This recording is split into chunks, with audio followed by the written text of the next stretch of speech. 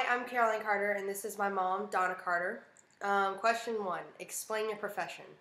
I have a degree in accounting, which I've held numerous accounting type jobs with my company. Most recently, I am a division finance manager. The company's name is Brown Foreman, and we are a producer of consumer durables. What's that mean, Mom?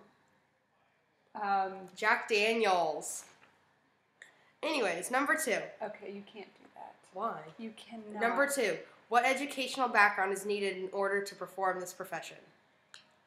I would say you would at least need 4 years of college, and at this day and age, you would also need a master's. Okay. Do you speak Spanish in your job? When and if not, would you use it if you speak it? I do not currently. I don't speak Spanish. I do not currently need it for my position now, but within our company, we do have different areas that it would be helpful to be able to speak Spanish for. Okay. Would you use Spanish in your profession? Would it benefit you, and how? Again, our company has a production facility in Mexico, so in order to maybe have other opportunities within the company, it would definitely be beneficial to know Spanish.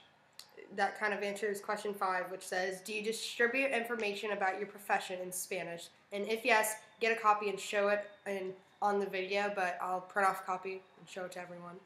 Yeah, and one other thing I would say, obviously through accounting and finance, you're going to have financial statements and so forth that obviously with our production facility in Mexico, you would see those in local currency.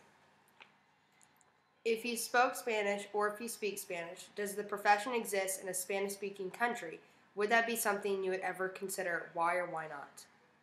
I would certainly consider it. There are definitely accountants and financial professionals in Mexico. It would be a little different. You would have to learn sort of the local legal rules and requirements. They're not always under the same, code of conduct and ethics and so forth as we would be.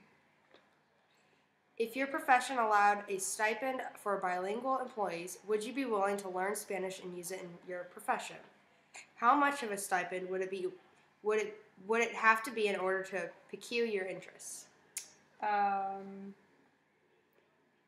do think that it would be a good thing. I would be willing to do it. Again, I think it opens up opportunities within any job to know a foreign language. I would guess someone that would be bilingual would get, I guess, maybe a 5 to 7% increase in salary over someone who doesn't, if they need that for their job.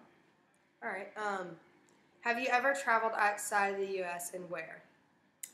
I have for my job again, especially when I worked internationally. I've been to Mexico. I've been to Italy, Hong Kong, Korea, Finland, Brazil, Panama. And these are non-work related, so all the rest of them. So it's kind of okay. So Caribbean and all that. And did you have any encounters in which it would be beneficial to speak another language? Explain. When we travel, we usually have people with us that can speak both languages. It's definitely beneficial because I think anytime that you can have a conversation, whether it's social or business, in someone's native language, I think it sort of presents you as a more professional person, and they can appreciate the fact that you're speaking. Like a connection. Yes, that you're speaking in their native tongue. In your opinion, what holds back people from speaking another language? At what point do you feel that learning a new language is a priority? I think it takes, obviously, if you're not doing it in school, someone that's out of school, it takes time out of your busy schedule to learn. It takes a lot of repetition. You all are lucky you've been learning Spanish since you were young. It wasn't as important, when I was in school. So I think it's just a matter of carving out time to do that. Did you take a foreign language in high school? Which language? I did, and it was Spanish. And she remembers to count to 10. So count to 10. No, I'm not Count to 10. Count to 10.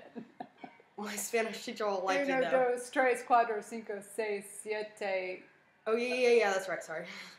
ocho, nueve, diez. And if you had to go back to take the class again now, do you think you would approach it differently, and how? I definitely think I would. I think, again, we've said this a few minutes ago, someone who knows several languages, is bilingual, I think is very much more marketable, especially this day and age. And, a lot of businesses are now international, and I just think it makes you a much more marketable person, an employee, I should say. Well, this has been the Carter Clan, Donna Carter and Caroline Carter, and thank you.